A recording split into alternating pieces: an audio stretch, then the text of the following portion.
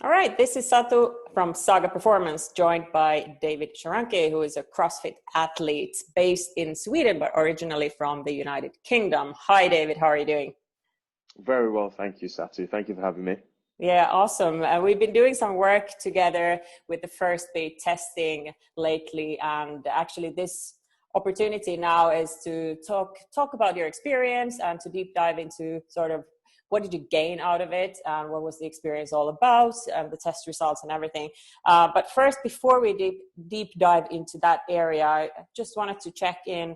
How is the training towards the CrossFit Games going, and what's the latest on that? Well, as we discussed beforehand, like the situation with CrossFit Games and when it's going to take place, exactly how long it's going to last, and all of the barriers that are in the way for it actually taking place and us making it to the games is all a bit up in the air. We don't know what the situation is with that. So instead of thinking about that, we're just keeping the training focused on like training with the assumption that it is going to run. And then if it does run, great, we're prepared for it. If it doesn't run, then the fitness that we've gained is not going to be lost. It's no loss, you know. It'll be unfortunate that that we don't get to enjoy that experience. But at the same time, like that fitness can just as easily be saved and applied to the Open, which is coming up shortly after, and then the journey towards CrossFit Games next year as well. Sounds good. The right attitude, at least, has you have that in place. That's the one thing that we can control, at least. Yeah, that's true. That's true. You can always choose your attitude. And that leads me actually to my next question. What is top performance for you? Oh, top performance. Well, I think that top performance is very much determined by what you've done in training previously. And what I mean by that is that the top performance can almost be separate to what you have done in training, i.e. you can have really high performance in training, a really effective training period, but have a poor performance because you're not able to translate that training, the effects of that training, into game day. Similarly, on the other hand, you could have quite a poor training period, but your performance on the day can be great. So I would say top performance would be, in relation to competition at least, is being able to really display your full capacity when it's necessary, when it's needed. Cool. And you mentioned attitude or a mindset. How does that, or what kind of a role does that play in that top performance area? Well, it's probably like the most important because there's a lot of factors that affect your ability to perform on game day, and a lot of those are mental. You can have a huge capacity as an athlete, but if you are nervous or too anxious, some nerves, like some level of arousal is necessary for a high performance. But if that gets to a point where it's negative and you almost become too fearful of what can happen badly, that can stop you from having that good performance. And on the other hand, the other way as well, taking it too lightly and not being invested enough and not being aggressive enough can also hinder your performance. So I think that attitude is essentially the key to the door, to the room of your capacity. And if you can't access that through a good attitude, it's your training's like almost a bit wasted. Yeah, well said. How big of a role does then stress management play, both in training like you're doing now and also in competition? And how do you work around that? Huge effect. We know that stress management within training is obviously going to affect how well you can train, how effective that training session is in itself, and then how well you can recover from that training session before your next session. And stress management in competition is obviously going to affect your performance in the event, but then between the events, it's also managing all those other stresses of expectation, your feeling of like positive or negative of the previous event, but say it is stress, say it is negative, then the worry or the disappointment of a previous event, and then the stress and the nerves of an event coming up. Can you manage that stress and make it a positive thing? Can you make like the anxiety and the like the arousal and the maybe the fear of failure, but also like the potential joy of success? Can you use those all to your advantage to get you fired up for the next event as well? Yeah, good. And you don't probably want to get overconfident either. Like if everything has been going really well and suddenly you'd have no stress, then that would probably backfire. Absolutely. I think when you go to competition, the athletes that do the best and do the best consistently, like consistently perform at a high level, I think you'll notice that they all have common responses to competition, common attitudes at competition. And that is that if an event goes well, really well, great, it went well, maintain baseline, move on to the next one. If an event went badly, okay, didn't go great, what can I take from that and make sure I don't make the same mistake again, but still maintain the baseline, move on to the same event? There's no up and down in response to the event. Went great on a high, went badly on a low, just keeping consistent all the way through. So you could argue that they are the athletes that are best able to manage their stress levels and best able to manage their attitude to keep it almost like keep that homeostasis and consistent all the way through the competition. Super. One thing that I always ask, well, everyone, if it's an athlete or a business professional, I like to ask, what is resilience to you? And I'm going to ask you the same thing, because I get a lot of different answers, but still they're all sort of linked to the same thing. So I'm eager to hear what you think about it. Resilience. Well, at face value, we could just say resilience is being able to get beaten every single day or smashing training and having your body battered by training every single day and still be able to come back every day. But I think resilience, I was actually speaking to Simon about this not long ago, because we were talking about different athletes and their ability to deal with competition. And it can sometimes relate to the type of athlete that you are, but both on like a physical side and on a mental side. Resilience, I would say, in terms of training, like if your training is well balanced, then it should be matched to your ability to perform and recover and perform and recover. And so it is essentially measured or prescribed to your own level of resiliency. Like what can you take, perform and recover from, move on to the next one. In competition, however, like it is the competition, like you need to be able to perform to that level and recover optimally or as optimally as possible between events. And I would say resiliency in that situation would be the athletes that they just don't get beaten down as much. Both physically and mentally. And then that relates back to like the keeping like an even baseline throughout the whole weekend. But the athletes that they have built up, like physically, they have built up a great enough aerobic base, great enough like muscular endurance and great enough strength within like all sorts of structures that they can do event after event after event, and they don't get as sore, they don't get as beaten up, they don't get the niggles, the pains, because they've built up that capacity beforehand. But also mentally, those are the athletes that they're a lot more, they're resilient to the demands. They can bring themselves up to that level and bring themselves back down again and do it again and again without it having as much of a toll. So then they can continually perform throughout the weekend. And like they're the athletes that an event is announced, and it doesn't matter if the event is 5 minutes long, it doesn't matter if the event is 2 hours long. Yep, cool, I'll do that. 2 hours long, yep, okay, no problem. Like it's just whatever it is, they're ready for it. You keep going and you always bounce back to your level, sort of, even if something like there are roadblocks or whatever on your way.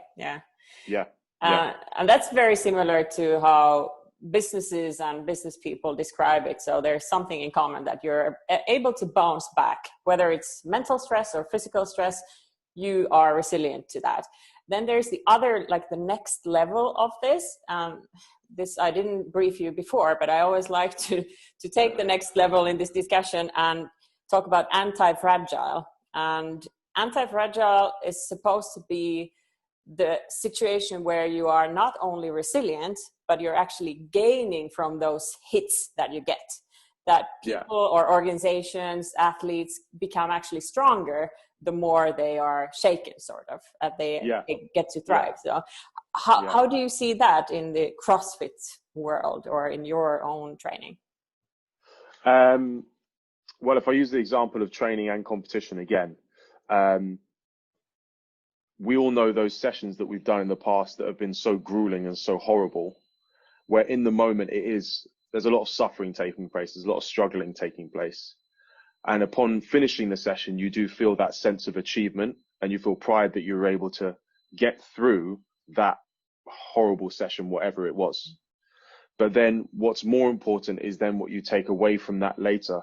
And having been through that, it's something that you can always refer back to and think about how tough that was and I was still able to get through it.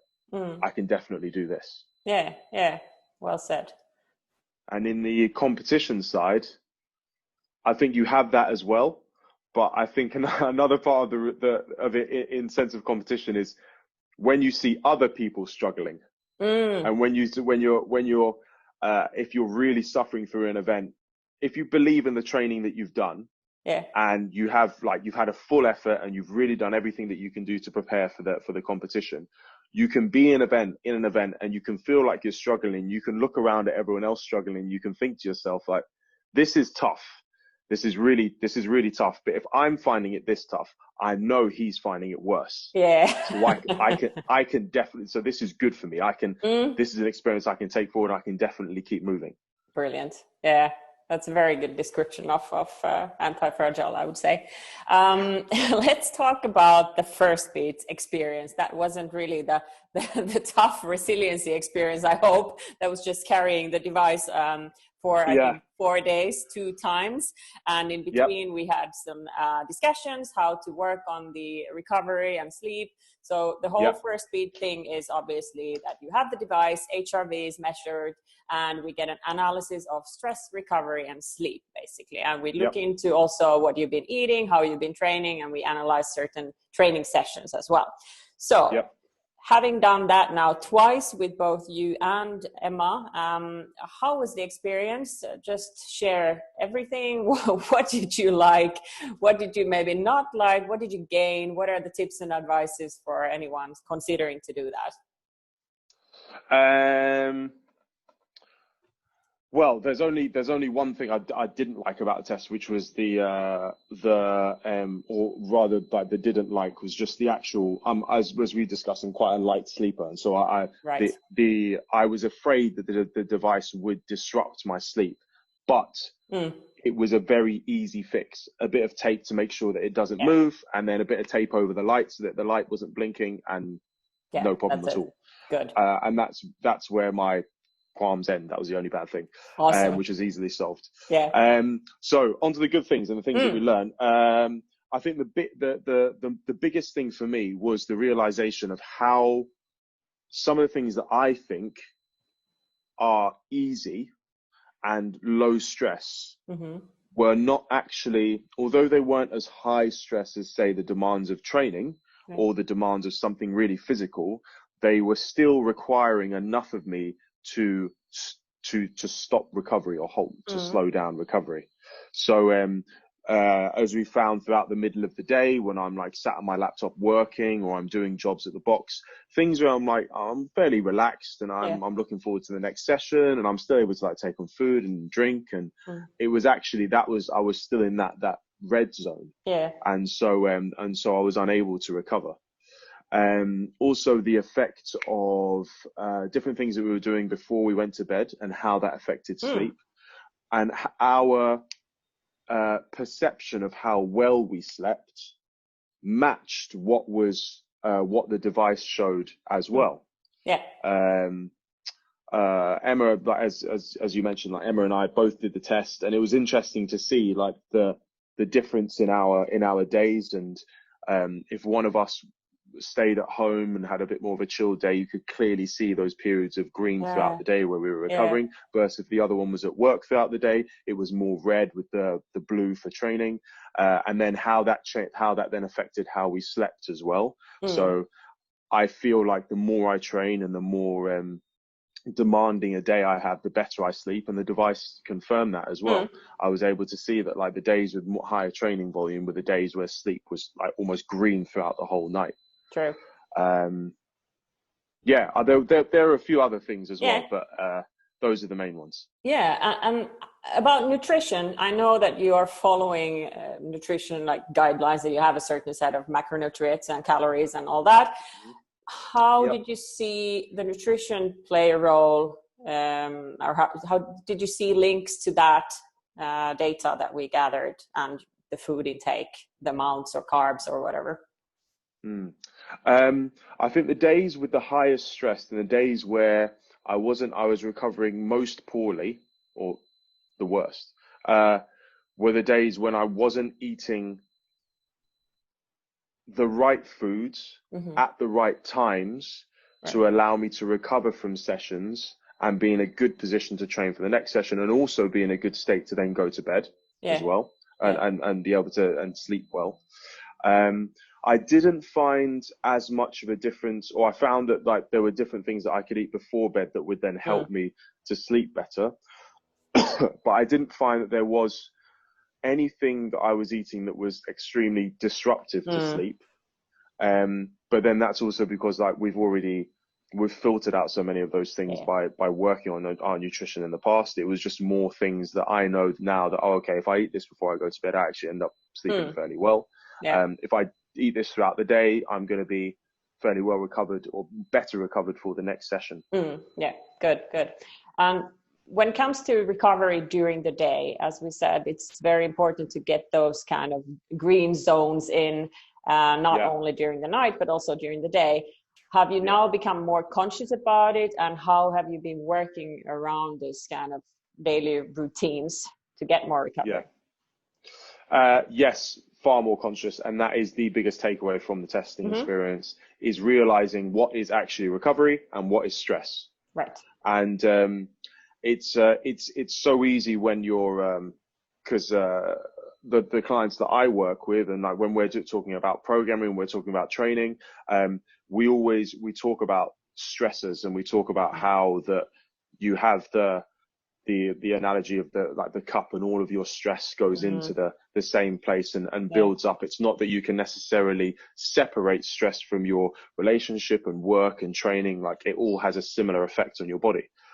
But at the same time, I still thought that sat at my laptop working was so easy that I am recovering. But of course, it's still stress. It's just stress from another area.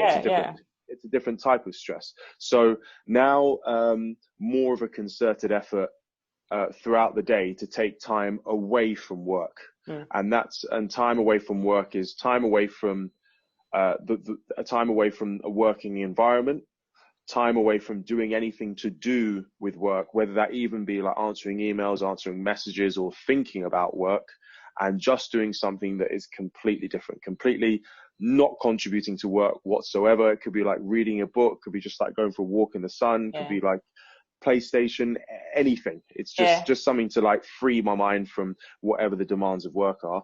And I've already found, we noticed this on the first test, and then I put that into practice between, and then I already found on the second test that there were more periods of green, and those were when I was putting in that work. And even throughout the day now, when I haven't got the device on, I know and I can feel that after I've had these periods of just like 10, 20 minutes of stepping away from the work environment, that I feel better ready to then attack the next, whether it's session or work task. Awesome. That's so great to hear. And it's really small things, right? It's not like big changes. You don't have to turn your life around. It's just being conscious and taking those kind of breaks. And it could be just 5 minutes or 20 minutes, depending on how much time you have. Yeah, it is. It's definitely a combination or amalgamation of lots of different things, as opposed to one huge change. Yeah, exactly. So who would benefit the most of this kind of testing? Like, who would you consider like should be doing this other than elite athletes? I've received, after you did the testing, I received obviously a lot of contact from CrossFit athletes, but I'm not working only with athletes. So what do you think? Like, people who are just training, who you're programming to, would they benefit equally? Or I think if you're an athlete who is interested in optimizing their lifestyle to get the most out of their training and to recover as best as possible for the training, then yes, it would help you. And that pretty much applies to any athlete who is beyond just the introductory or recreational level. I think it would also be good for anyone within a